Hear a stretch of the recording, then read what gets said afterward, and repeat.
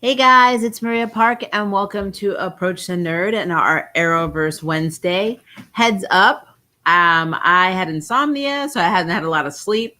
So if I mispronounce some names when we go over these shows today, I'm not drunk, I'm just asleep. But we're going to be talking about Legends of Tomorrow. We're going to be talking about The Flash, and of course, Superman and Lois. All three had very, very good episodes, some better than others, which I'll tell you which ones I ranked the best. Hi, Ryan. How are you doing? Welcome, Console, our Console Chip, however you say your name. If I'm butchering it, I apologize. Welcome to the stream. But before we jump into Arrowverse, let's talk about some things that just popped up. I put this in the community tab. We are getting a DC Injustice film with an all-star cast, which is basically an all-star cast of voice actors mixed with actors. Some ones that stood out to me, we have Laura Bailey as Lois Lane. We have Wonder Woman being played by Korra's actress from Legend of Korra, Janet Varney. Andrew Morgado is Mirror Master. We have Michael Hall as Cyborg. I list the entire article they posted in the community tab, so that is awesome. And at the same time on CBR, they reported that In the Heights actress Leslie Grace is going to be playing Barbara Gordon in the new HBO Max film, Batgirl. So just want to throw that out there, see how you guys felt about that, because I think it'd be kind of cool. I don't know. I'm definitely down with Injustice. I love Injustice. I figured that's what Zack Snyder was trying to do with his Justice League, and it just didn't go that way.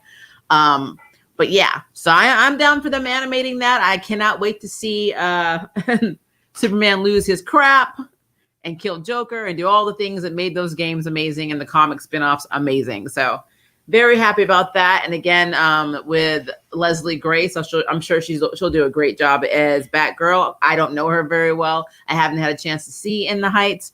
So she's a newcomer to me, and she's probably been in a lot of things. I just don't know who she is. But she looks cool. I'm sure she'll be fine. And so I'm very interested to see how Batgirl plays out and how her Barbara Gordon is on HBO Max. So I got high hopes. I think it could be a thing. I think it'll be all right. All right, so Legends of Tomorrow.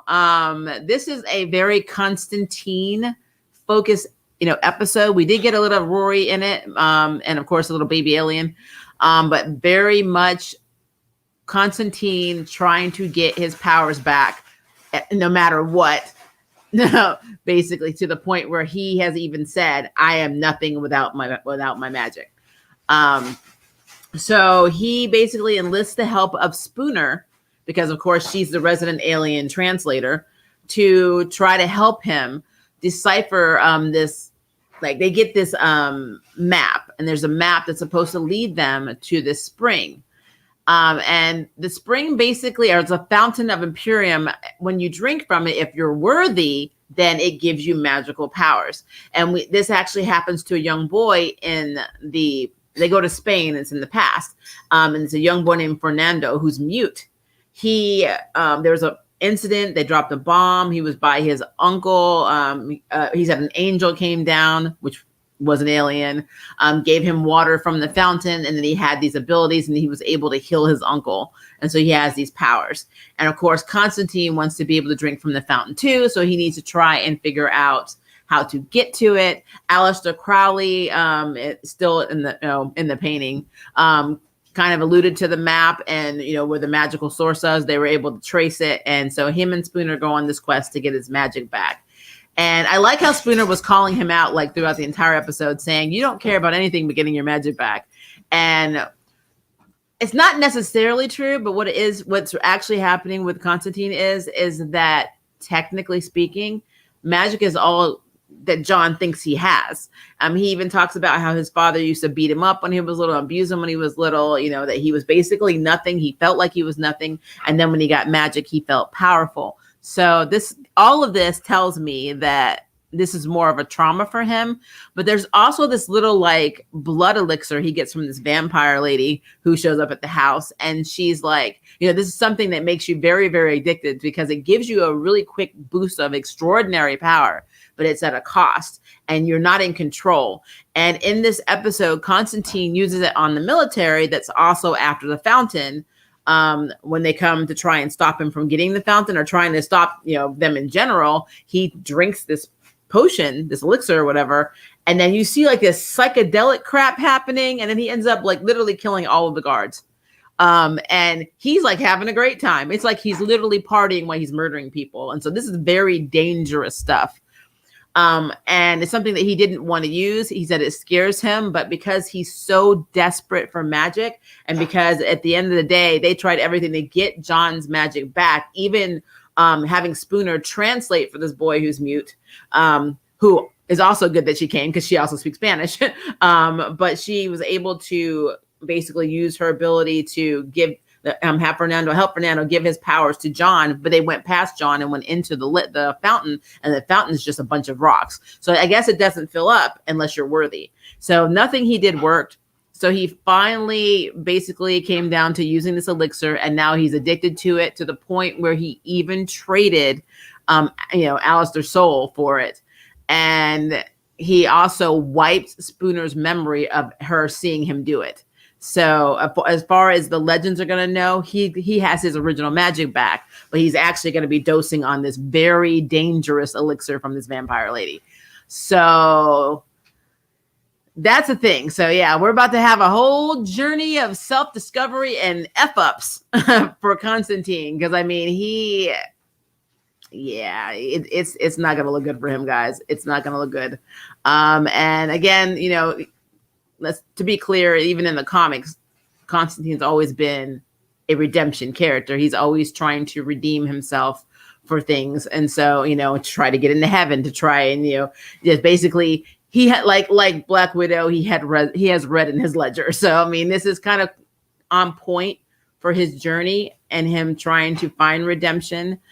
Because right now, the only thing he cares about, technically, he does care about Zari. He doesn't want people to be hurt. But his main focus, selfishly, is getting his magic back, because he thinks he's nothing without it. He just thinks he's nothing. So yeah, that happened. The other part of this show was funny. It's basically dealing with Rory being pregnant and his pregnant daughter, trying to get him to go get a checkup to see if he's in labor. Now, Sarah and Ava are off looking at wedding venues. Bayrod, Zari, and Nick are trying to play nurse to this baby alien who basically grows up really quickly and they have issues with. Gary lost his glasses, so couldn't help, translate or look at anything or basically help Rory out at all in terms of his pregnancy. What I thought was interesting about Legends, and this is why Legends is a whole other show. Rory literally has eggs in his head. And they finally get him to go and, get what we would call an ultrasound, but very, very high tech, to see basically his brain. And they show all these little tiny blue floaty little eggs in his head. Now, a normal person, especially a person like me who's seen lots of alien movies, like with Sigourney Weaver, we were like, oh, hell no. But they're like, oh, I'm like, yep. That's Legends for you. And the other show, that's a nightmare, but on Legends, it's cute.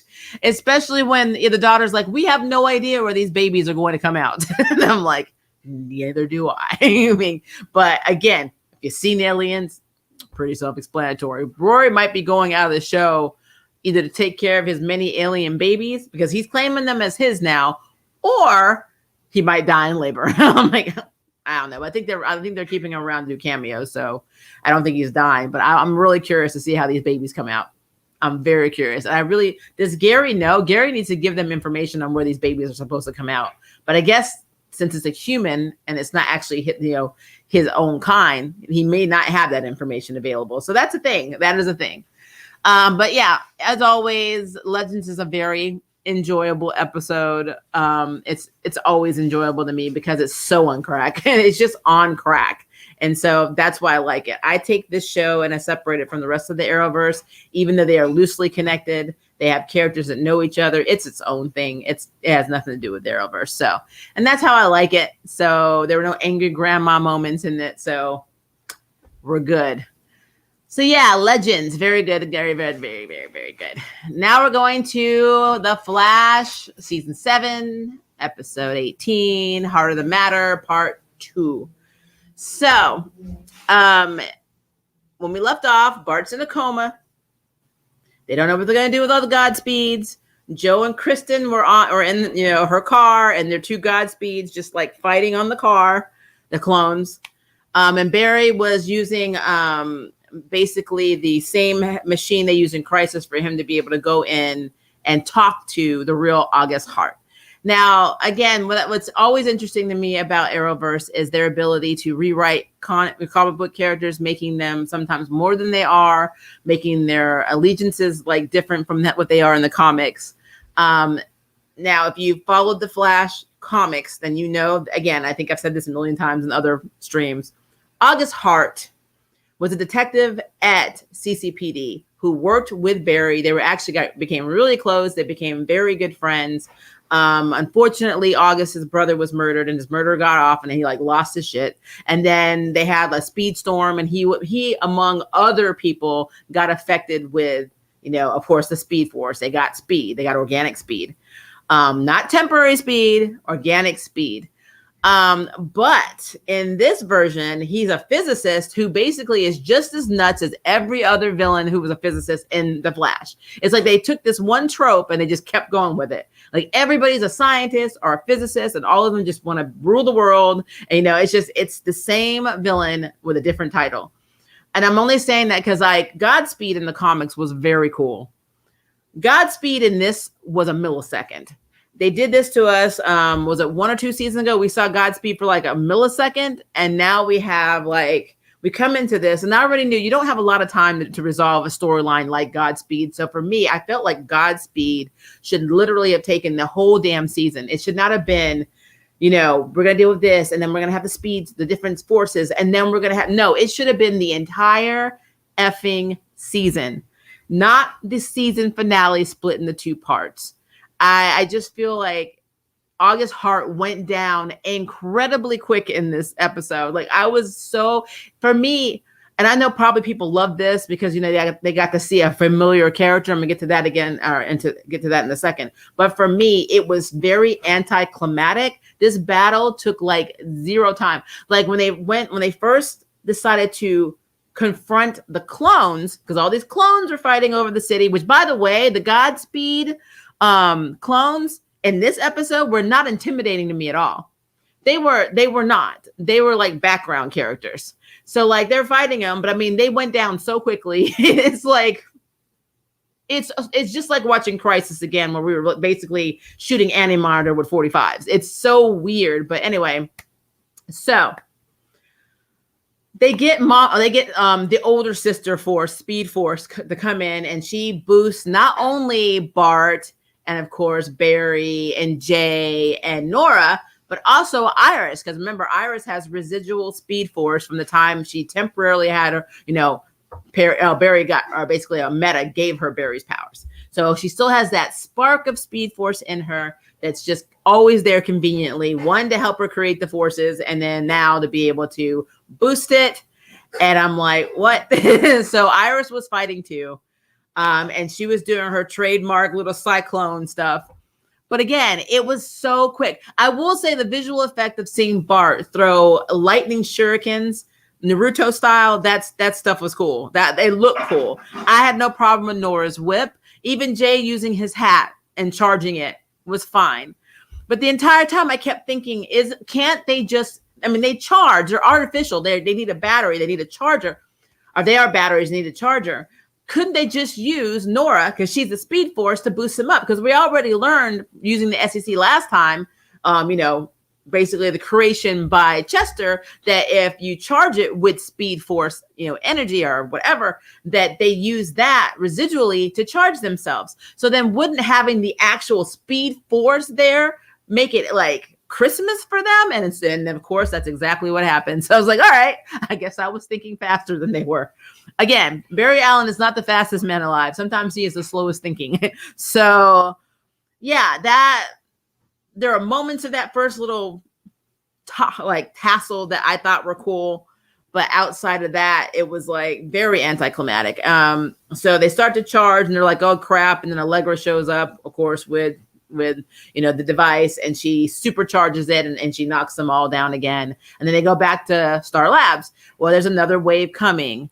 They're trying to figure out what to do. Well, while Barry was actually inside of August Hart's head, or basically talking to him, he doesn't want to have artificial speed anymore. He's tired of it. He hates Bart or Impulse because Impulse has this natural speed. He basically just plays around. He's an idiot. He doesn't deserve it. I'm God. I should have organic speed. F him. Forget this velocity stuff. I want, organic speed. Okay, cool. Because we know in the comics, he got to a point where he literally learned how to start draining people's speed, but he ended up always killing them. Whereas Barry and them learned to do it without killing them, as long as the person was to give up the speed willingly, which I guess that's the caveat there. It needs to be willing. So he tells Barry that's what he wants. Now, remember, the August Hart that's sitting in Star Labs has no memory of who he is. And Cecile's trying to bond with this guy. And she's like, you don't have to be the villain. You don't have to do this. Blah, blah, blah. They do that. It's the Care Bear movement. And he's like, well, I hope this works out for the both of us. And I'm like, it's not going to work out for the both of us.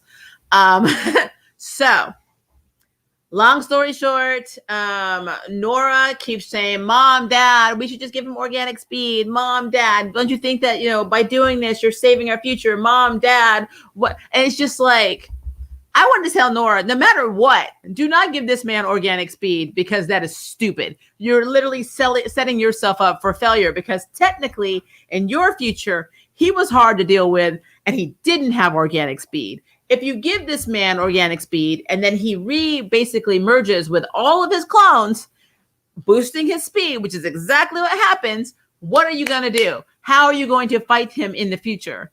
Because you're going to get your A-hand, and you couldn't even save Uncle Jay in the past with artificial speed with August Hart. So sometimes the choices they make in this show, I literally just scratch my head. I'm like, how? Like when Cecile uses this comment, she says, if anybody can figure this out, it's Team Flash. And I'm like, don't lie to them. Don't lie to this man. Don't you lie to this man. Stop it immediately. Whatever. Now I didn't hate this episode. It was just the whole Godspeed portion of it was a letdown. I love Cisco in this. So I'll get to Cisco also in a minute too. And I'm going to have my little nitpicks because I have a few nitpicks that we need to discuss. All right. So long story short though, Mom and Dad had a plan. And the plan was for Iris to be an anchor for the Speed Force to bring Thawne in and basically release Thawne from where he's imprisoned to basically team up with Barry. So essentially, Barry is using his arch nemesis, the person that murdered his mother and ruined his life, to defeat the person who is going to ruin his son's life. Because that makes no damn sense. And I'm like, no, you couldn't call Wally. You couldn't ask for Jesse Quick. You couldn't find other speedsters. You had to literally go to the one. I mean, yes, did I miss Harrison Wells? Do we like Tom Cobb? Of course we do. Of course we do. But that was stupid as hell.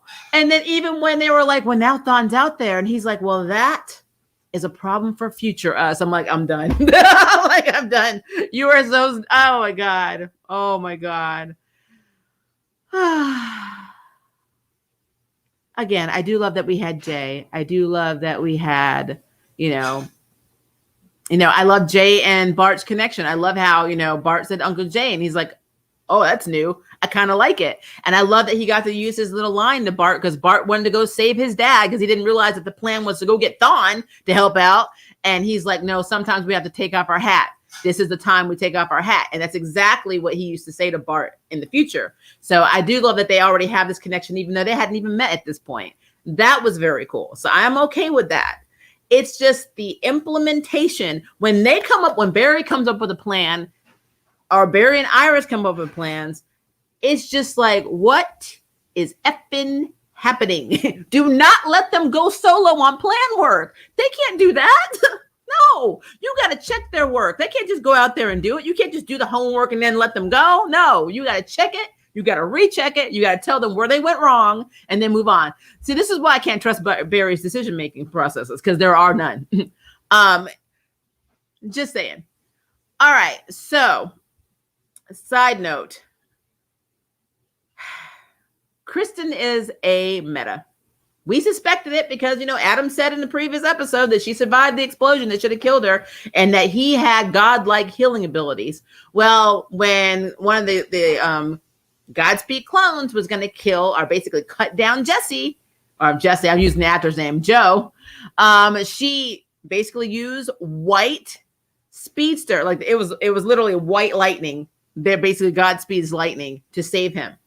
And she got tested, and we've learned that she is kind of like Sync from X-Men, or she's basically a power leech. She's able to take on any meta ability as long as she's in proximity. That is an effing cool power to have. If you have to have a meta power, that is a very cool effing power to have, because you can, I mean, you're almost invincible. you can fight any meta with any ability because you can basically reflect it back to them. That is effing cool.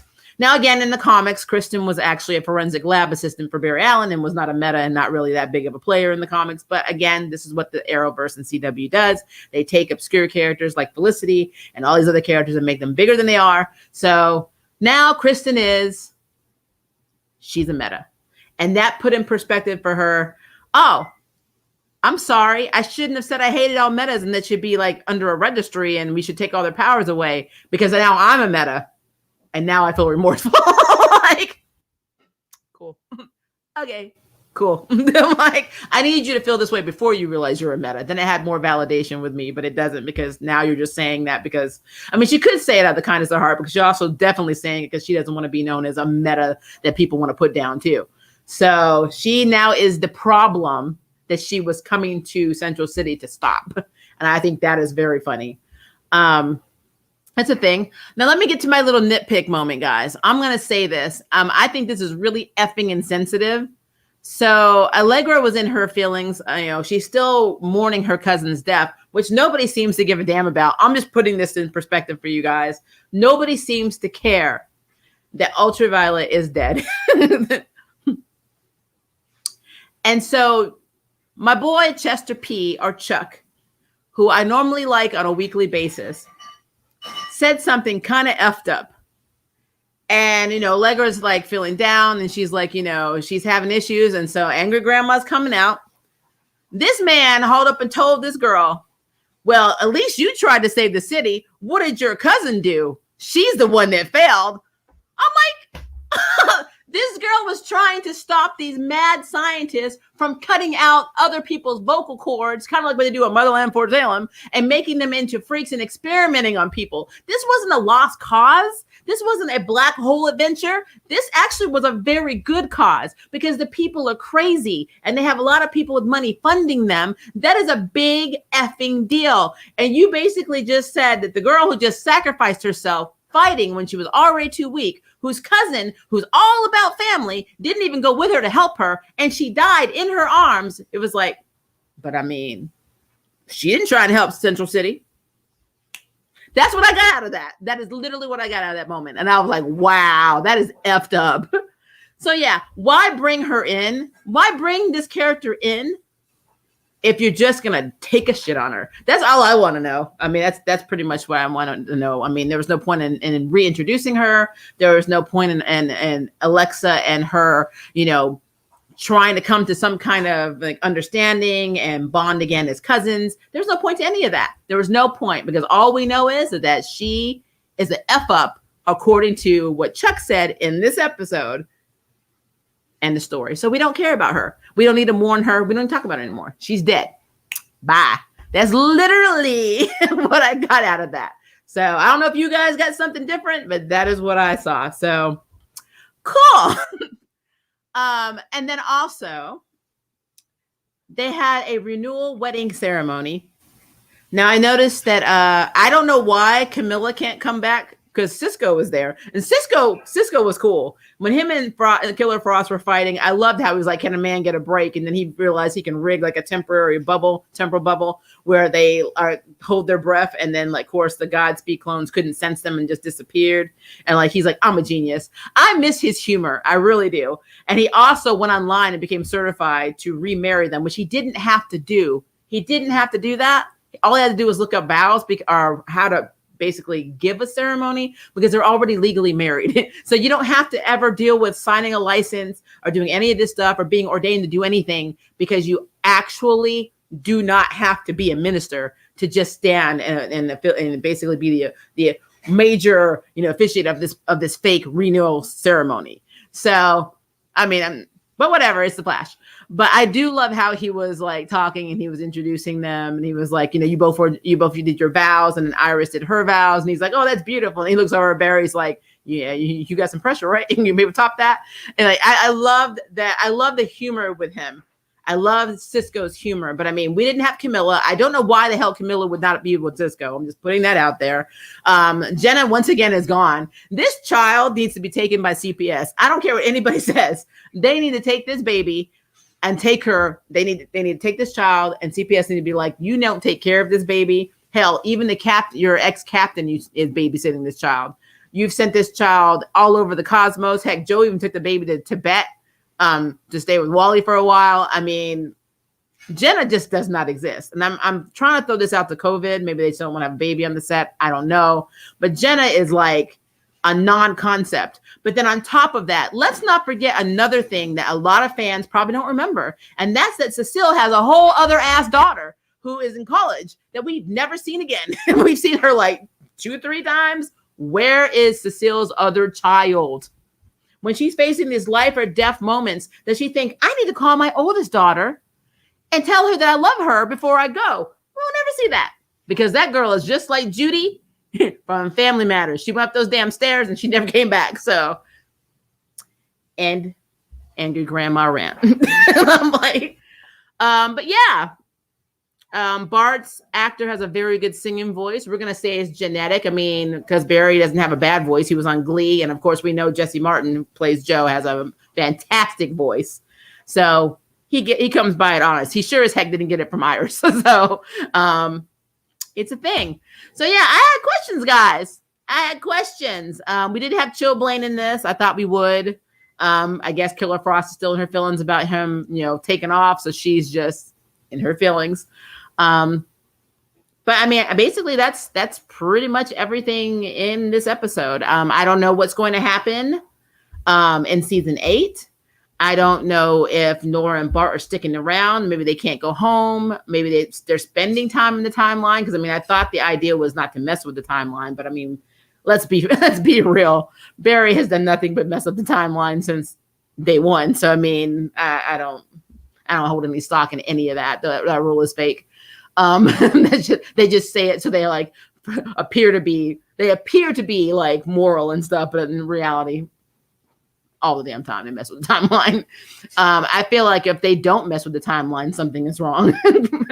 So, but yeah, elements of it. I love, like I said, I love Cisco. I really love Cisco. I really love the CG for that shuriken, the fire. That's probably my favorite part of this episode, was seeing Bart throw those lightning shurikens. I was like, that to me was pretty cool. But I mean, I feel like if they were going to do a Godspeed storyline, they should have effing did that the entire effing like they did with Salvatore. They should have done it the entire effing season. I could care less about the forces. I could care less how they were formed. I could care less about any of that stuff. We could have come to that another way, a different time. Godspeed would have been very cool to have all of that be season 7. But whatever, that's just me griping. It's a thing. I do see your comments, guys, and I will get to them in a second. I am not able to read them because I have notes up here and I don't want to close them. But yeah, that is a thing. All right, so now we're getting to Lois and Clark. Lois and Clark was a thing. Now, if you want to talk about an angry grandma, her name is Lois Lane. That woman, you think I rant? That woman is. It's like she's perpetually angry a lot in this series. So basically, Clark goes to talk to Tal, or I'm just going to call him Edge. I like calling him Edge.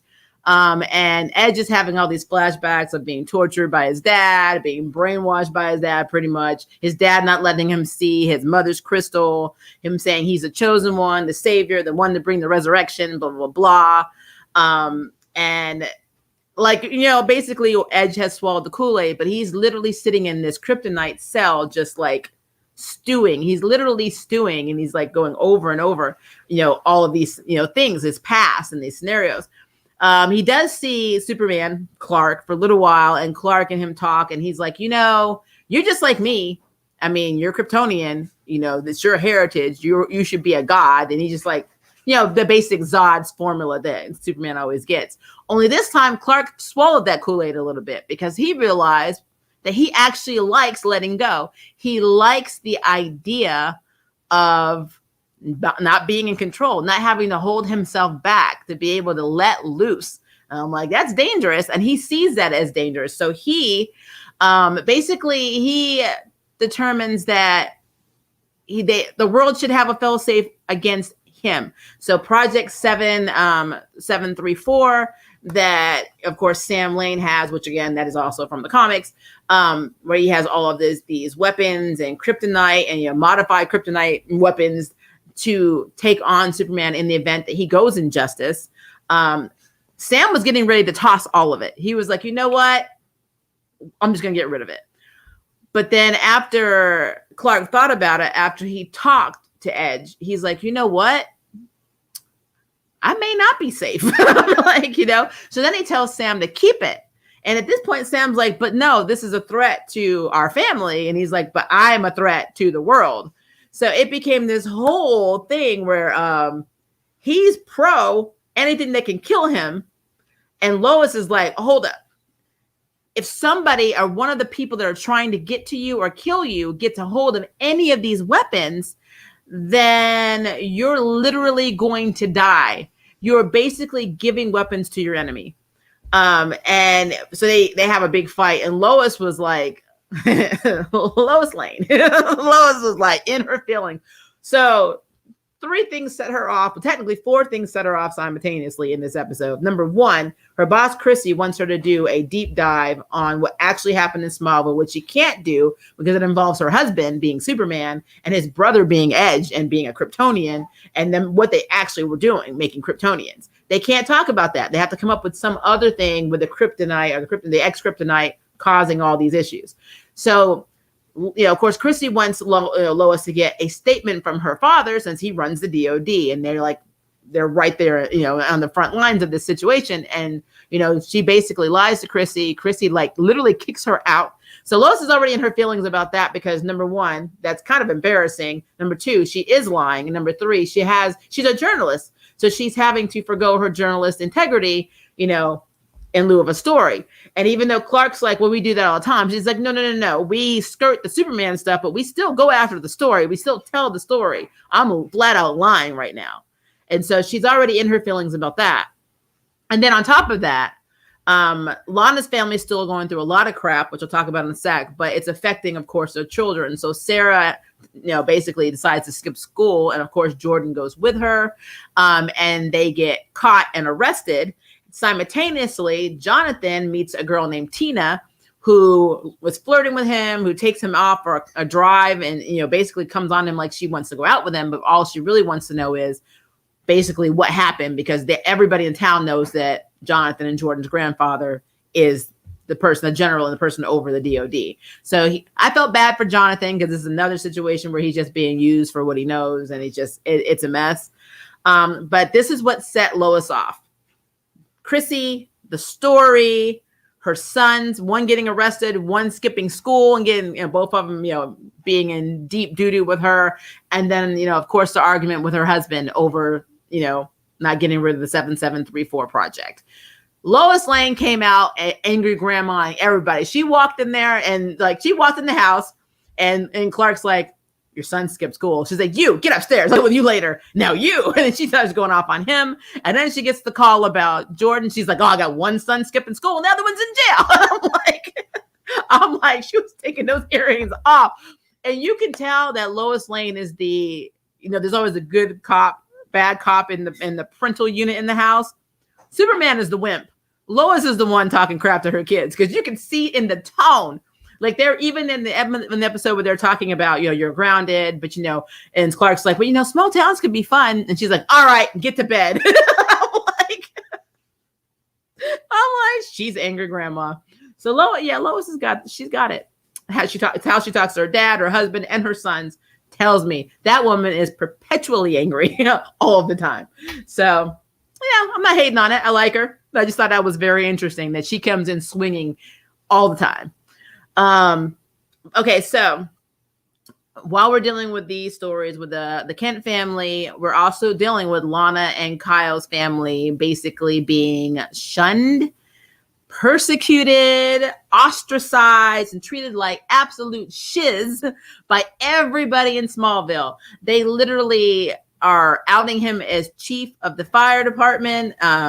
They don't even want him coming back to work. The mayor came to the house talking all this good stuff, saying, "Oh, I'm gonna change the narrative." As soon as he said change the narrative, I already knew his butt was shady.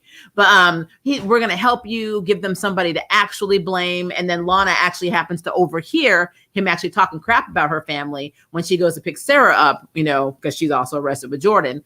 And they got off with a warning. And she went over and she's like, "You're just doing this for your political career. Shame on you." And she like kind of snaps at him because she had a little angry grandma moment too. And then she talks to Lois about it's not fair. I've given my whole life to this town and they basically treat us like shit. And it's true. But I mean, again, that's human nature. You know how it's like the angry mob theory. Of course they're going to blame you because they're not going to blame themselves for falling for that. So it's a thing. And the same thing happened with Emily and her family in the last episode. Emily and her husband were like pointing fingers at them. "How could you let this happen?" And I'm like, "Bitch, Lana tried to get you out of that. She told you that they didn't want you. You're the one that actually went behind her back and talked to, the Edge. That's your fault. Nobody told you to get in the magical MRI machine." So like that's really something that cracks me up in this show is how fast people's loyalty change.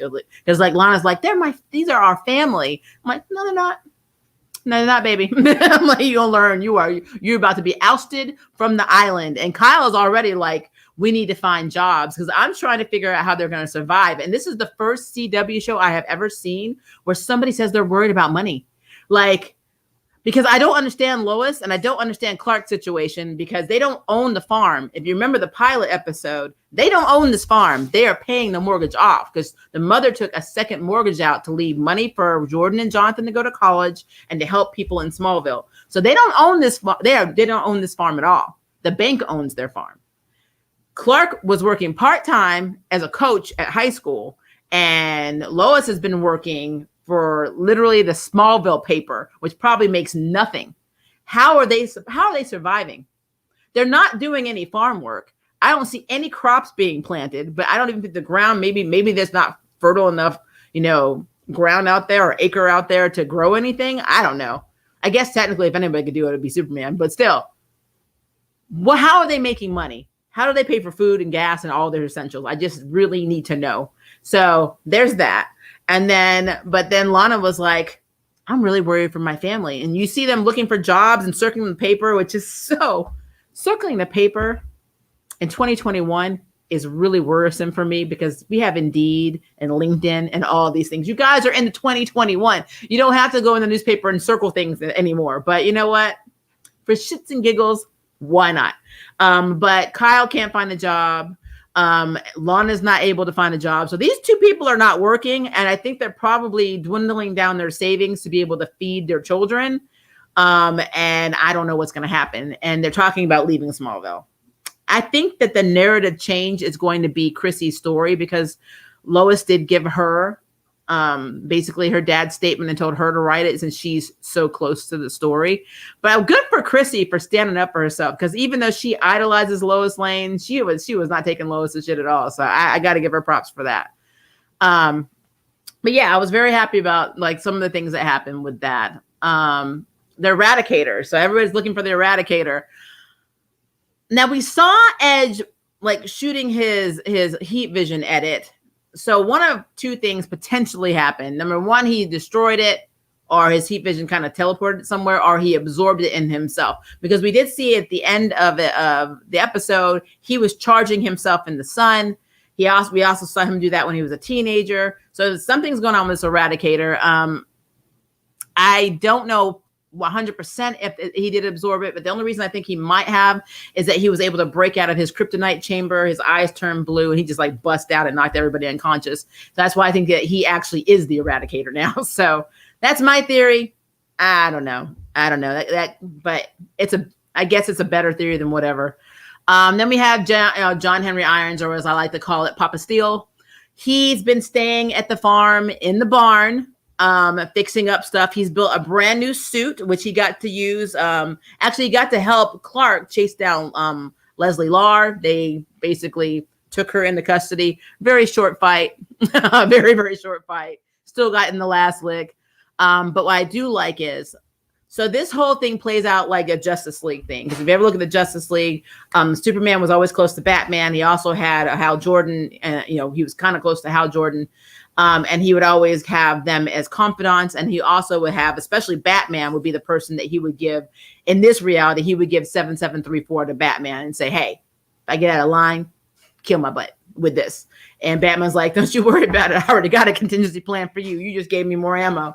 So that was always Bruce's thing. But in this version, it seems to be John Henry Irons. So it's basically Steel. Steel has been given the tools. He is going to be the gatekeeper for Project 7734. So because Lois does not want the DOD to have it, which I don't blame her. They're a little trigger happy. But now that Steel knows Clark, knows his identity, sees him for what he is, he's not as gung-ho to kill him. And so Clark feels like if anybody's going to do it, it needs to be him, because he's going to do it to save the world. He's not going to do it out of like revenge or vengeance. He's going to be doing it because it needs to be done. So I do like the fact that Steel has Project 7734 and that he is the gatekeeper, and that potentially he may be trying to reconnect with his sister of this world, which is weird because would it not be his sister? It would be another person's sister of that Earth.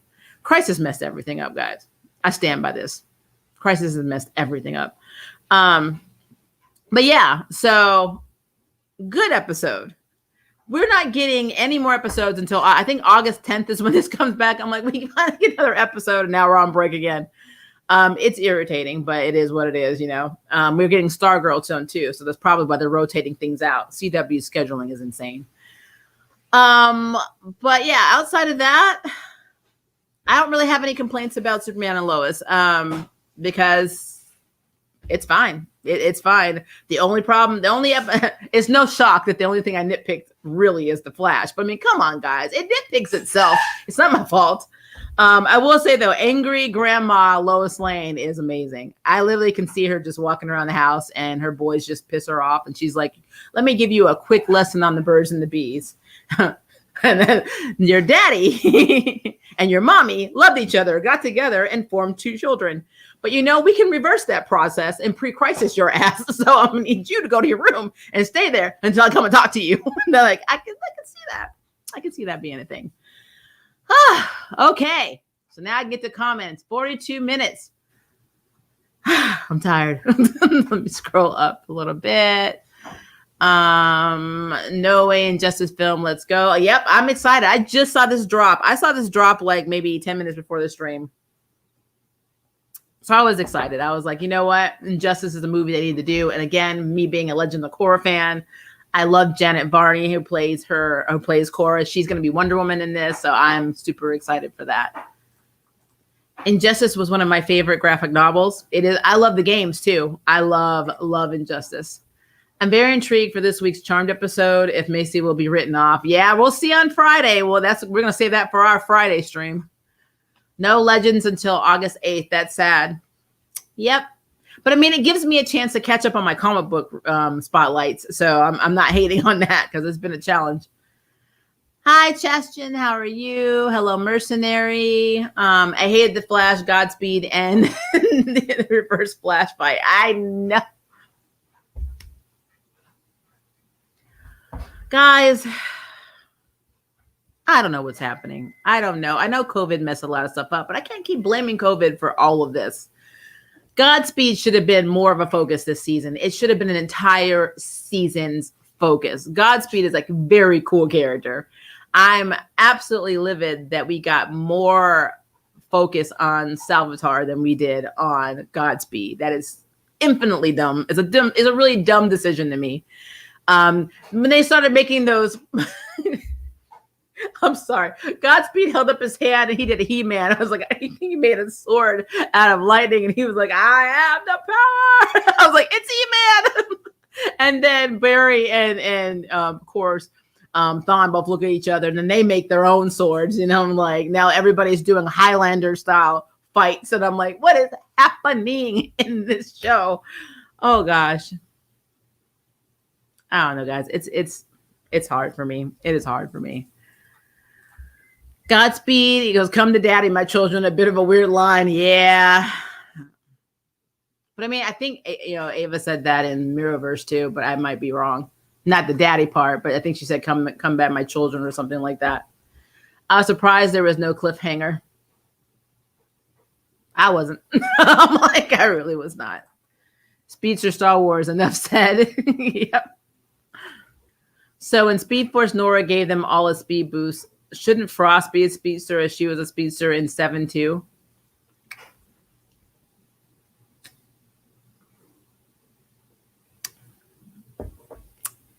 That's my answer to that, Ryan. No chill, Blaine. Nope. No, probably because she used Velocity X. I don't know though, because I feel like, I mean, that could be true. I mean, that could be it. I won't say that is not cool. We did have the cool scene of them putting the SEC thing back together, Chuck's device back together, like really quickly. And him saying this would take 3 or 4 weeks. And it's like, at this rate, it'll take 1 or 2 days. I'm like, wow, what is in this thing? Like, I did like watching them all put it together. And then Bart's like, so what exactly did we just do? I literally thought it was a lightsaber battle. It looked like a lightsaber battle, but when Godspeed summoned that sword, that was He-Man. I don't care what anybody says. Right, I hated the fight. Reverse Flash should have been in an episode more. Yeah, I mean, I just think it's, I don't know if they did this to like give us a reason to have hope that Tom Cavanaugh, or that we're going to get Harrison back, or at least Reverse Flash back in some capacity before this series ends. Because I don't know, season 8 may be the last season of the Flash. I don't know if Grant Gustin renewed after season 8. So I have no idea. So basically what I'm saying is that maybe they did that to leave it open-ended for him to come back in another capacity, since he can't come back as any of the Wells anymore. They've exhausted that. No more Wells. So I'm not opposed to having Reverse Flash. I just think the way they brought him in was stupid. I mean, there were so many other things you could have done. Then go to Thawne. You're literally the villain you hate more than anything in the or anybody else in the world. You get released to help you fight your son's villain. That is so weird. It's really, really weird. And I mean, it's literally like, so Bart, my plan is this. I'm going to break out the guy who killed your grandmother to help me take out the guy who killed your not related uncle. So I'm like, I don't get that. That was barely a real explanation for Thawne's return that didn't come across. It was BS. It was BS. The cliffhanger could have been Jay feeling Barry how he's on Earth Prime. I mean, we could have had, well, first of all, we all know that the Arrowverse is Earth Prime, except for Stargirl, they're Earth 2. I don't know what the new show is going to be. Naomi, I don't know what that's going to be, what Earth that's going to be on. And Titans, I think, was on Earth 4 or something like that. So like the HBO Max shows are on a completely different Earth. But it seems like even though they're on Prime Earth, none of them seem to know it except for Diggle. Like nobody knows. Diggle's like the one. He's like the catalyst for everybody. He is literally the representative of all of the Arrowverse Earths, or not Earths, but like cities, because nobody calls anyone for help. Nobody does anything. Like we're still in our feelings that nobody called Kara to help in Smallville, and in the Flash, he's like, I don't have any allies. You literally could call Kara. You could call Black Lightning. They sure had called you to buy, to borrow a machine to basically get Jen's particles from space, so that I'm from the ionosphere. So why can't you call each other? But they don't. They never call each other. So I've given up on that. I've given up. To me, I don't feel like you are at a level of apocalyptic no return if you can't find 5 minutes to pick up your phone or text somebody and ask for help. Just putting it out there. Kramer as a speedster was so cool. Yeah, I love the fact that she's a power lead. She Sync. She's basically Sync. And I said from X-Men. Technically, he was Generation X, but definitely Sync. I love it. I would love to see that play out more. They make it seem like she's not coming back. She's taking a hiatus or indefinite break from CCPD as a captain, or interim captain. So I don't know if that means she's leaving. I don't know what it means, but she's a meta. who can channel other Meta's abilities as long as they're in proximity to her. And that is a really effing cool power to have. I'm just saying. I hope Kramer's in the next season. So do I. But again, probably not. And then the Flash finding out the multiverse. Remember, oh, something else I didn't think about. Where was Sue? Isn't Sue still in town? Did I miss something, guys? I may have missed something, but I thought that she was still in town because she decided to stick around. Why wasn't she at the renewal? So, the wedding or renewal ceremony. I don't get it. No baby Jenna at renewal ceremony. Nope, because Jenna doesn't exist either. The season could have been better with original Godspeed coming earlier. Iris being pregnant. Jay tells them how they're on Earth Prime and it's Lee seeing the future Flash. I think, yeah. I mean, anything to do with Prime Earth or anything. When she was phasing in and out of time, I thought, oh, they're really doing her comic book line, because Iris is originally from the future and her parents sent her back in time to be raised by, distant relatives or from the past to keep her safe. And I thought, wouldn't it be cool if that's her whole stick? She was actually from another timeline and all of this time and the Mirrorverse is destabilizing her. And so she's shifting in and out of time. That would be cool to me. But I mean, they didn't use that route. That was the perfect time to say Iris West was actually from the future. But they didn't. So the episode had the most speedsters on screen that we've had in a while. Let's see. Polly, Jesse Quick, Vaughn, and Barrett. You're right. But I mean, they still could have had. They could have called Jesse. They could have called Wally, to have a cameo. They could have done something. I just, like I said, it was very lackluster for me. It wasn't the thing. Jordan Fisher can sing. Yes, he can. I thought finale would have been better. Yeah. A lot of cool concepts and moments, but not too good of a story. That's the thing. It was very flashy CG, but the plot sucked. And that's basically what it is. Angry Grandma returned. I'm going to have to commission or get my daughter. I can draw, but it'll take me forever. I'll get my daughter or my spouse to draw up Angry Grandma and I'll color it. And I'm just going to have her in the little corner. So whenever I say anything, she's just going to pop up and we're going to have Angry Grandma in the rant. And then I'll just click off when I'm done because she's going to be my mascot. I think everyone forgot about Allegra until when she showed up and stopped the Godspeeds. Yep. Where is Camilla? That's a effing good question. Hi, Blue Wolf. How are you? Iris was very poorly handled this season, and that Val scene felt like them trying to make up for it and make people forget about that. I think they're also trying to make people forget that they freaking had a wedding that was ambushed by Oliver and Felicity. Like they were doing their vows, and then of course in the middle of it, Oliver and Felicity are like, well, we want to get married too. And that's what that was about. Their whole wedding got messed up. Then when they decided to get married, I think Diggle was marrying them, and then all of a sudden it became also about Oliver and Felicity. So yeah, that's a thing. Oh yeah, Cecile's daughter. Yeah, Cecile has a daughter in college. I think she still has a daughter in college. I mean, I don't know. She may not anymore. Maybe after Crisis, she no longer has that daughter. I don't know. We never hear about her anymore. So that's a thing. The real season 7 is just about 2 to 4 episodes for me. I respect that. Superman and Lois on break until August 10th. Yep, that's crazy. Superman and Lois returns when Stargirl season 2 starts. That makes sense. I feel bad for the cast of Superman and Lois. They filmed from October until July and only had Christmas break. I mean, that's CW. They all do that. They all film 9 to 10 months out of a year.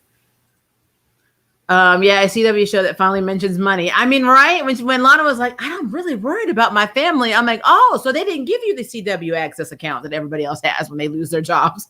I mean, because Lois and Clark sure as heck have it. I want the football scenes again. Yeah, I did like the football scenes. We did see, I think somebody had something from one of the crows. I think it's the Metropolis Crows. Is it Metropolis Crows or the Smallville Crows? I can't remember which ones were the crows. Huh. Well, anyway, there was a football, a symbol, I want to say it was on her mirror, but I thought that was kind of cool. Yes, Crisis on Infinite Pooh. That's what I call it. The Flash went Star Wars with He-Man. Don't forget the He-Man scene, but yep, definitely did.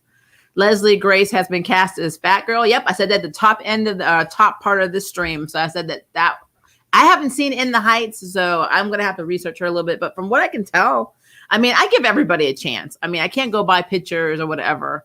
I have to see them and hear them in action as that person or that character. So I can't prejudge anybody. I'm not going to judge anyone based on how they look in a picture. But if I'm looking at her just superficially, I mean, she's fine. I don't see why she wouldn't be able to play Barbara Gordon. So, you know, it's a thing. I think he will come back. Yeah, probably. I thought it was dope. You thought what was dope? You thought the Flash was dope? If his speed is organic now, why is it still white? Shouldn't it change color? Does Barry get to keep that boost, or will Big Nora take it back? Who knows? Well, I mean, he got faster anyway, because remember, as long as the forces are in the Speed Force, they are still faster now. We already established that earlier in this season that they get that boost. Now, I don't know if the extra boost will stay, but yeah, he's still a lot faster than he was in season 6. I've just watched the making of Loki. I need to watch that. Guess we will see next season if Iris kept her speed or Big Nora took it back. I think she's going to lose her speed. I think Iris is pregnant right now. It's what they keep alluding to by saying, oh, we know what happens when. Oh, never mind. I think she's pregnant already. Never thought I would need a speedster lightsaber battle, but here we are. The scene was as good. It made me tear up. It was cool to see the Flash time again. I wonder where did he just like improv this song? Like, did he just up and say, I wrote a song, like right now. Want to hear it? Here you go. Like, calling each other Big and Little Nora is adorable, and that ceremony is so awesome. I love it. Now, and then also SFN, I think is what Bart called Speed Force Nana or something like that is what Bart called her.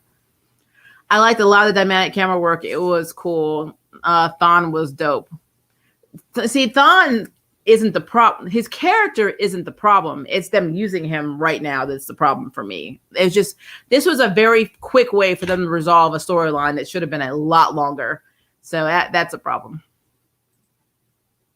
I know it hit on Tom Cavanaugh returning. It gave him a way to come back. That's what it did. Because again, they can't have Harrison. They have to have a way for him to come in.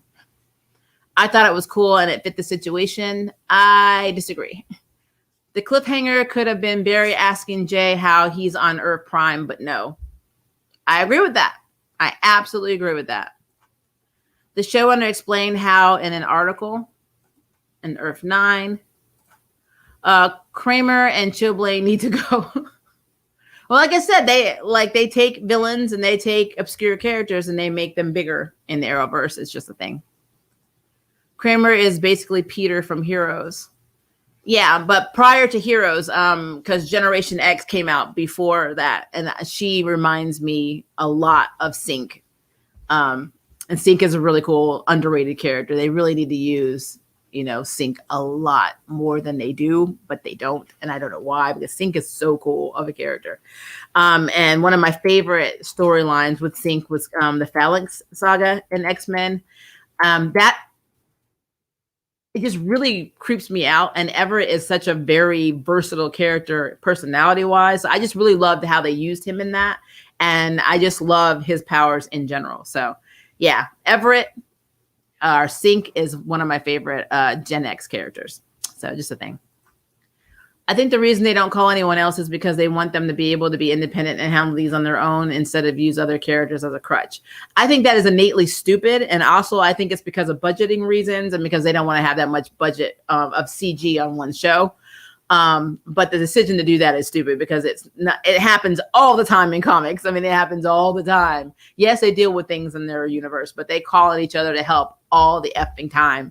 So it just does not make sense that doesn't happen here, but whatever. Caitlin has done nothing this season. That's typical. They have Killer Frost now. There's nothing really for Caitlin to do. Yeah, Sue is still in town. So she just wasn't invited to the renewal ceremony then, I guess. If Superman called Kara every 5 minutes, people would get annoyed and be like, you seriously can't do it yourself. You need to rely on her every damn time. How weak are you? Same for other characters. Well, see, I think the problem is no one wants them to call on them all the time.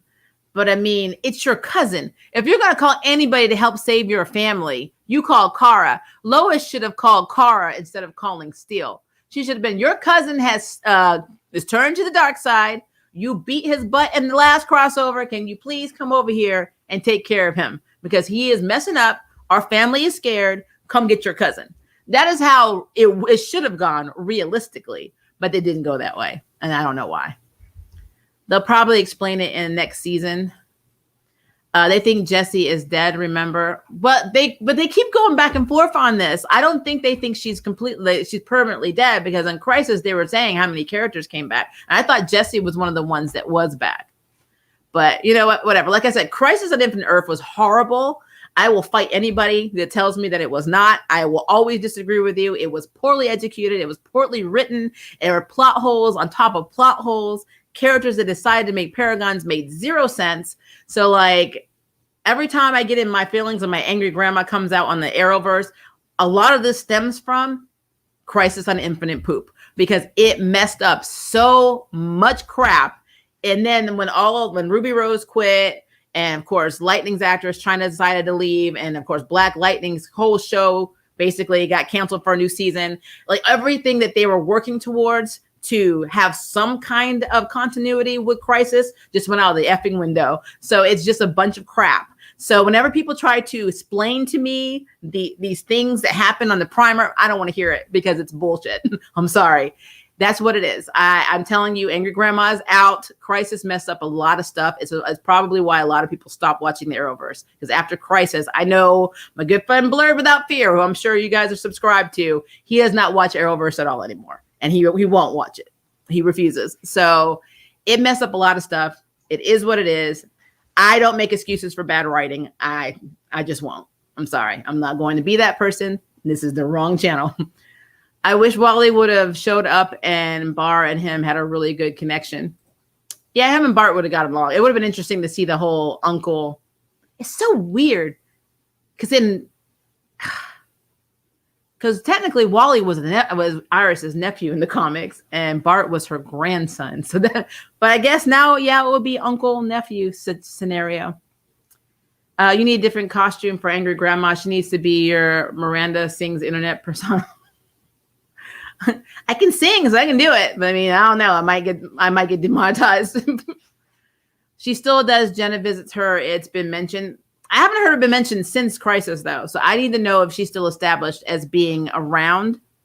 Because Jenna's the baby. I cannot remember her older daughter's name. I'm going to have to think about it. But the last time I remember seeing her is when Iris was going to die. And she's talking about going to see Hamilton. And I was like they were having Hamilton tickets. And Cecilia had Hamilton tickets. And like everybody was talking about going to see Hamilton when the daughter was there. I don't know. The Suicide Squad is out this Friday in the UK. Can't wait. Yay. Yeah. That's the one thing. And you guys know I'm half British. I have British citizenship. I'm always jealous that you guys get all our comic book movies and stuff before we do, because my cousins like to get on Facebook and spoil it. So I have to put them on mute until it's released over here, because that's exactly what will go down. My cousin will be like, I can't believe it. My cousin spoiled Avengers, the death in Avengers, the second Avengers movie. And I was like, really? Like he put it in big bold letters, and I'm like, are you effing kidding me? I had no chance. Like it wasn't even like he's like, oh, spoiler ... No, it was literally the very first thing in the Facebook post. So yeah, I gotta put them on lockdown. I like Kramer now that she's nicer. True. That's a fair point. I retract my statement. Ryan says he can't see your comments, Madness. I don't know what's up with that. I can see them. So everything you're writing, I'm seeing. I don't know why you're not able to see it. So maybe something's going on with Top Chat. I have no idea, but I see you fine. So just throwing it out there. Now Superman probably doesn't know Kara exists because of Crisis. Well, guys, and then I'm still in my feelings, guys, about Crisis as a whole and Lois and Clark, because I'm like Lois and Clark, Lord, and Superman and Lois and Clark, because they remember Lex, and then when they see Diggle, they remember Diggle, they remember fighting alongside Diggle, but you don't remember you only had one kid. It's so weird what got redacted in their memories for Crisis. It doesn't make any sense to me. Lex was funny on Crisis, though. Yeah. I mean, John Cryer is a funny guy.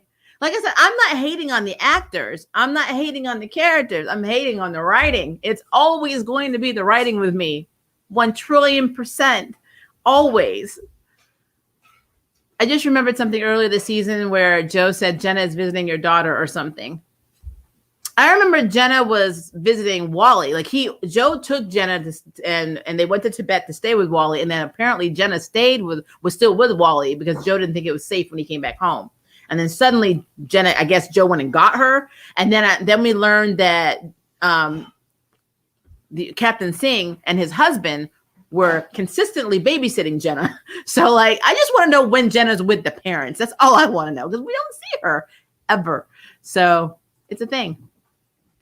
I love Black Widow. I have not watched Black Widow, Ryan. I know you just asked that question. Joe from Joe's Geek Show, who did the Fear Street compilation review of me, or basically trilogy review of me, he's going to review it for my channel. So I will be in the stream, but I haven't watched it. I'm not a big Black Widow fan. I didn't like her in the MCU. I'm not a fan, at least not Natasha. I think I would love Yelena. And from the clips I've seen of Black Widow, I love Yelena, but I'd only be watching the movie for Yelena.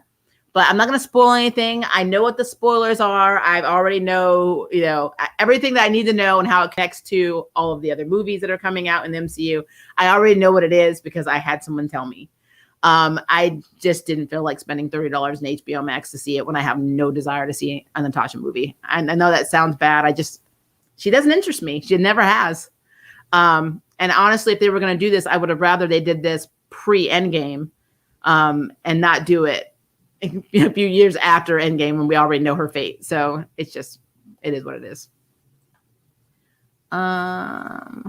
They probably want the show to find its footing before doing harder tie-ins to Supergirl. They remember having one kid they just don't think it's relevant to mention. I would think it was relevant to mention.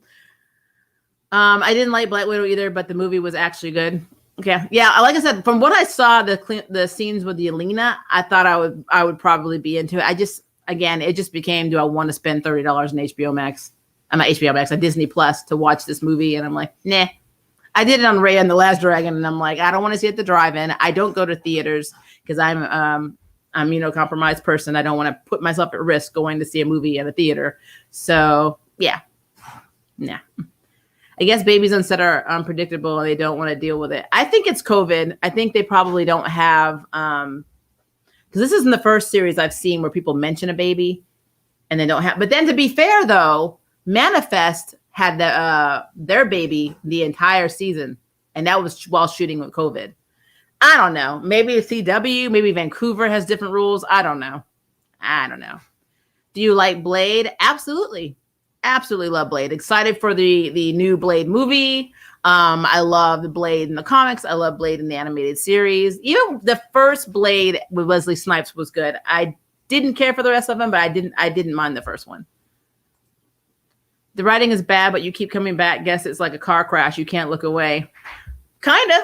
I mean, what kind of review channel would I be if I didn't review stuff, even though it was crap? It's just what it is. On stuff that I do not tolerate at all, you will never see on this channel. That is my rule. If I have zero interest to see how it is or what the continuity is or what the story is, I will never review it. I don't care how much people ask me for it. I won't do it. So it's a thing. Is Charm 313 still your favorite episode? And I saw your post about Charm. I think Macy has, more screen time than Abby.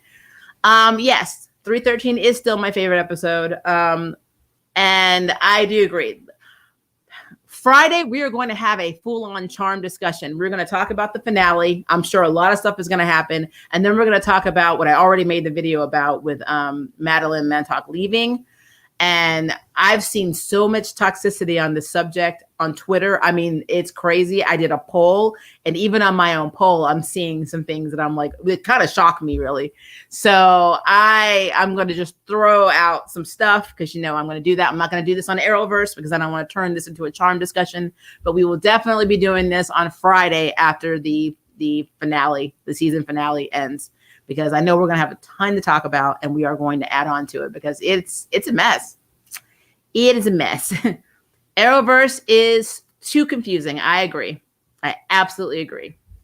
They acknowledged that the timing wasn't right and that Black Widow movie isn't meant to give Natasha closure on her past. It's meant to give her closure. Yeah, I know that they resolved the Red Ledger and all that. I understand all that. I just, like I said, I'm not a fan of Natasha. I wasn't a fan of Natasha in the first Avengers movie. So I wasn't a fan of Natasha in Iron Man. And I think she was in Iron Man too. I was not a fan. I just wasn't. I can't help it. I can't help it. I can't help it.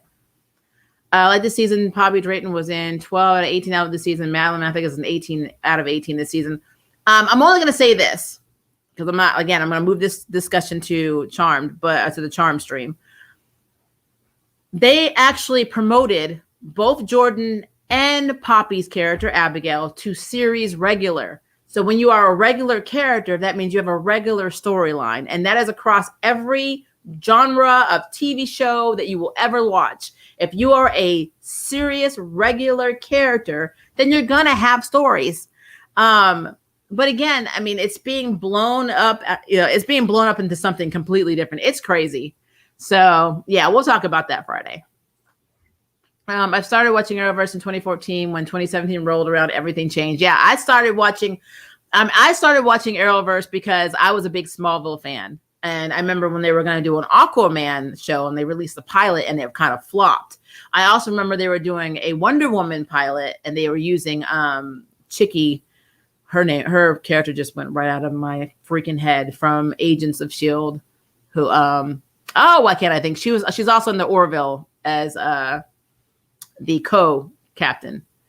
But yeah, she was going to be Wonder Woman, and then they released that pilot, and that didn't do well. And then they also did, they were showing the Arrow pilot. So like all of these things were happening within a few years of each other. So, but when Arrow first premiered, season 1 was fire. I absolutely loved season 1 of Arrow.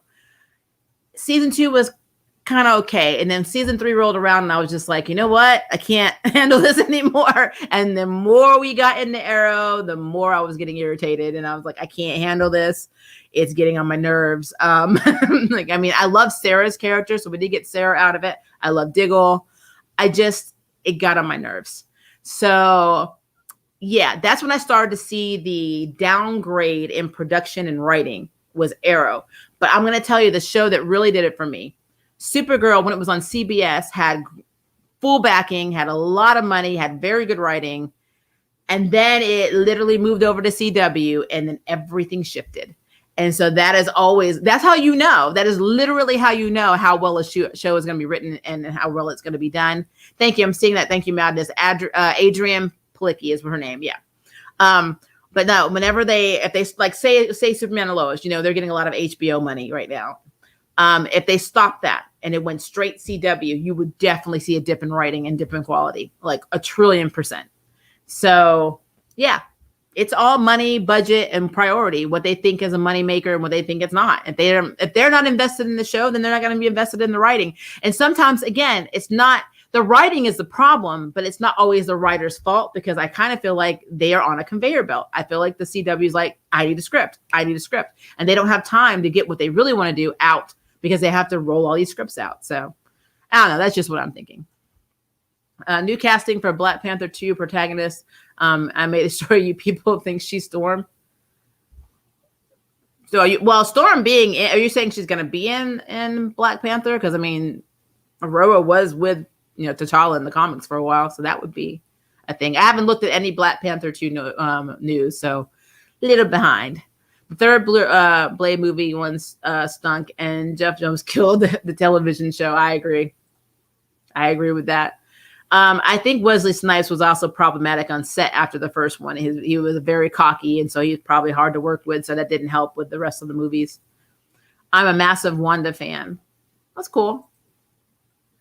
So the Legends left Gus to wreak havoc unsupervised. Must be what Bigfoot conspiracy is. It's Baby Gus. Baby Gus is just funny. There's not even worth talking about. Like I said, Legends to me is its own crack. It's on crack. It is the Arrowverse, but it's not the Arrowverse. They're not on any earth, so they are free to do whatever they want, and they do it.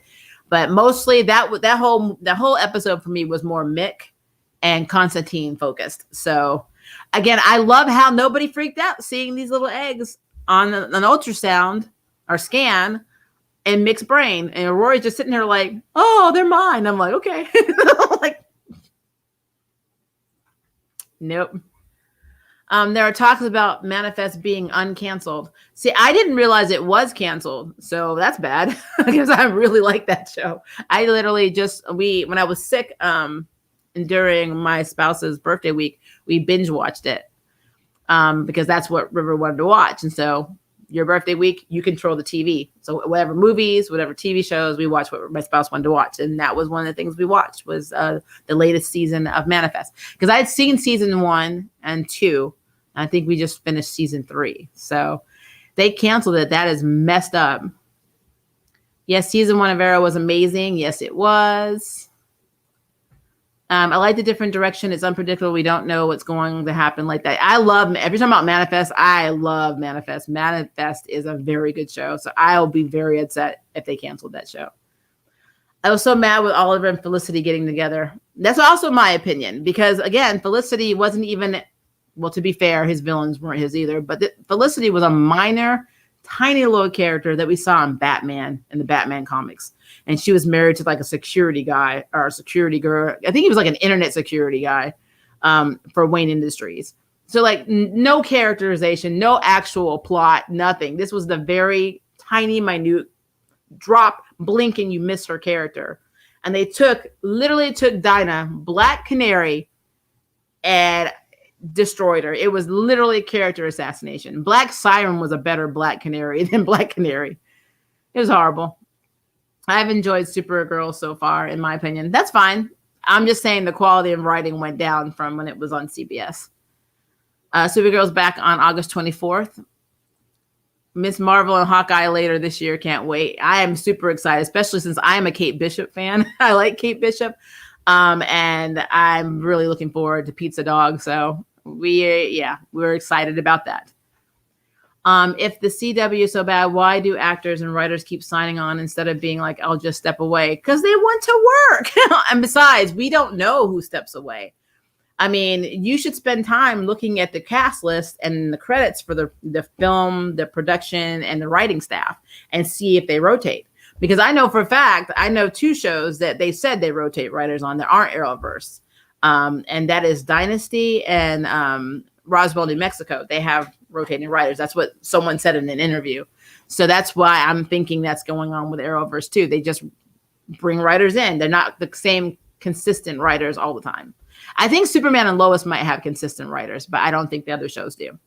So, I mean, it's a thing.